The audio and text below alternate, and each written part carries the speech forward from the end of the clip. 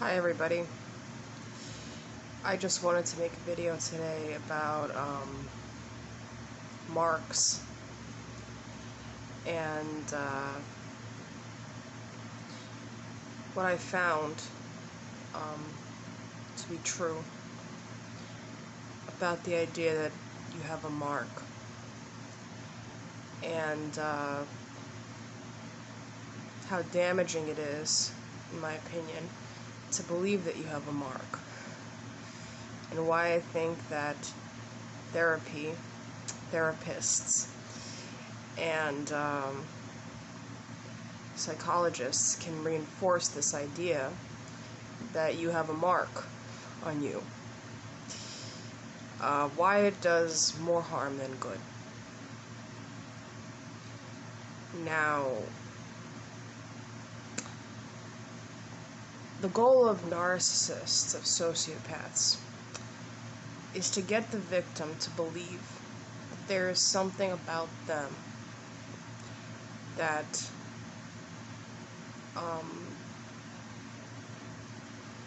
that is off, that is different from other people, that somehow the narcissist or the sociopath can read the past of a person, can see into the person's soul, take more from that person now that they are marked. And I believe that our society, the therapeutic community, reinforces this idea, and it's very damaging. And I'll give you an example. Recently, I worked for a narcissist, but I worked with a narcissist from a distance, because I work in political canvassing, and in this work, basically you go door to door and you talk to people about political campaigns and voting. And so it was a very arm's length kind of employment. And I didn't really have to deal with the narcissist, and even when I did, I knew how to deal with them. So it's one thing when you're closed in an office and you have to deal with them. It's a lot of stress because you're under their scrutiny. But in my case,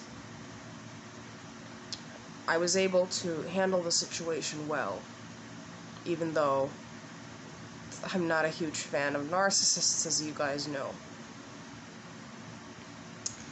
And towards the end of the campaign, I came down with a flu. It was a vicious flu, like I couldn't stand. And it was election day, and I had to go door to door for 10 hours. It was very stressful. And the narcissist, who throughout the campaign tried to provoke me in different ways, came up to me and said, presumably referring to my illness, right? I see it in your eyes, right? That you're sick. And when she said that, for a fleeting second, I felt that she was seeing into this whole history that I have with narcissism. She was seeing into the trauma, if you want to call it that I had with the narcissists. But here's the problem. When she said that, I realized that that's precisely what narcissists want for their victims. They want their victims to believe that since this happened to them, the mark will never go away. That narcissists will always have a hand on your soul, and this is a never-ending story. And I'm here to say that the psychological community, the therapeutic community, has a hand in this as well. Because a lot of therapists say that when you criticize a victim for believing that they have a mark on them, that you're victim blaming, right? But disengaging from the mark that you have on you, presumably, is the key to getting over a narcissistic abuse, in my opinion. Because so long as you believe that you are marked for life, that you are a victim for life, and that any fucking narcissist in this world can just come in to your life, look into your eyes and say, I know, I see the horrible crap that you went through, the horrible despair that you went through. They retain that power over you to say that you have a mark, right? And I had an interesting conversation with a social worker the other day on this issue. He accused me of victim blaming when I said that I think it's my responsibility, or the responsibility of the victim, to transcend the mark they have, to seek out other forms of stimulation apart from thinking about narcissism. He said, well, it's victim blaming to tell a person that they have to do that. And here's why I don't think it's victim blaming. I think it's empowering victims of this sort of abuse. If you continually give power to the mark that because you're a victim of narcissism, you will always be a victim of narcissism, that adds power to these events in your life. The minute that you say, I'm going to transcend this, and make it a mission to transcend it, is the victim that is the moment that the narcissist loses power. And I walked away from this narcissist, right, this whole job, with the sort of indifference and the sort of, like, I've been there, I've seen this, okay, yeah, sure, behavior, like attitude that you're supposed to have in the long run. Because the idea is to desensitize yourself to it. The idea is to no longer allow these people, these roaches, to affect your mood, to affect your livelihood, and to affect the way you feel about yourself.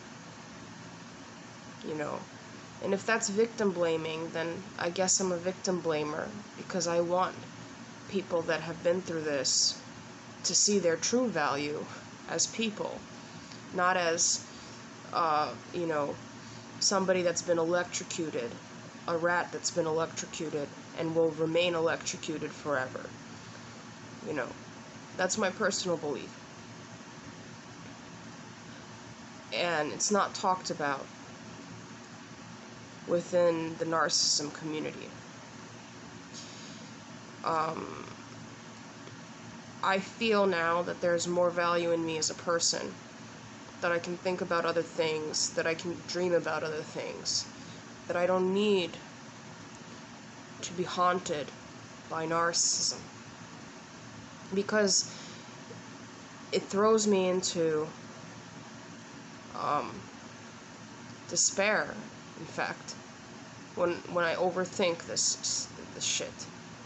It's just... And the narcissist senses that. They sense your despair. They sense your bleeding, internal bleeding. And they try to capitalize on that. Don't let them. Don't let them do that to you, because you already know the game, And it does take time, because this is a physiological injury. But without this idea that I'm no longer marked, I'm unmarking myself, I'm putting more markers on me that are better and more creative and that make me a more interesting individual, right? I have the power to do that. You will remain with that demonic mark that the therapists and the quote-unquote mental health professionals and the narcissists themselves want you to believe that you will always have. It's a self-fulfilling prophecy. It's fatalism, and fatalism is never good. At some point you even rejoice in the fact that you can sense this demonic energy and see it for what it is and disengage from it quickly, because it is what it is. It's a vortex.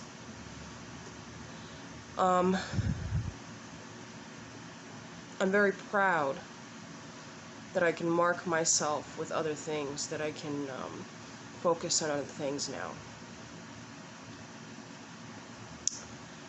And I can train myself to be different than what I was supposedly destined to become, which is somebody else's object, which is what all narcissists want. You to believe that you have no free will, that you don't have a choice in your own life. The ultimate victory is realizing that you do have a choice. And again, when you say that within therapeutic contexts, people often say that you're victim blaming. I just don't think it's true. The more choice you believe you have, the more towards God you're ultimately bringing yourself. God is free will. God is inspiration. And I hope all of you find that inspiration. Life is a process. And, yeah. Make positive choices for yourself. And don't be afraid of that. And don't be afraid of breaking out of the victim narrative. Just because a therapist is going to say that you're victim blaming and shaming. Because a lot of us don't want to depart from that narrative because we really feel for the victims of narcissism. We really feel for them.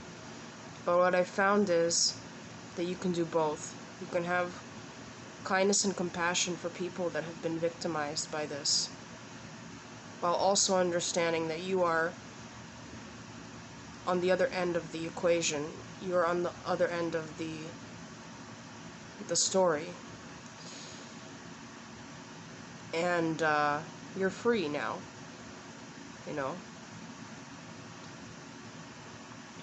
Because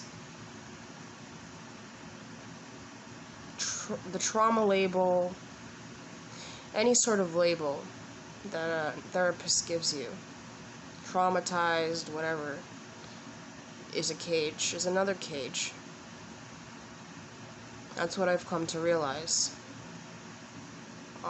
If you no longer feel restricted,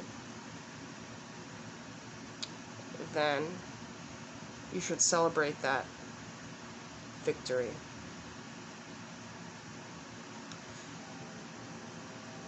Yeah. There will come a day when you see the narcissist as an evil scientist that came into your life, but now you're outside of that cage, and you're no longer the rat. Yeah. Take care.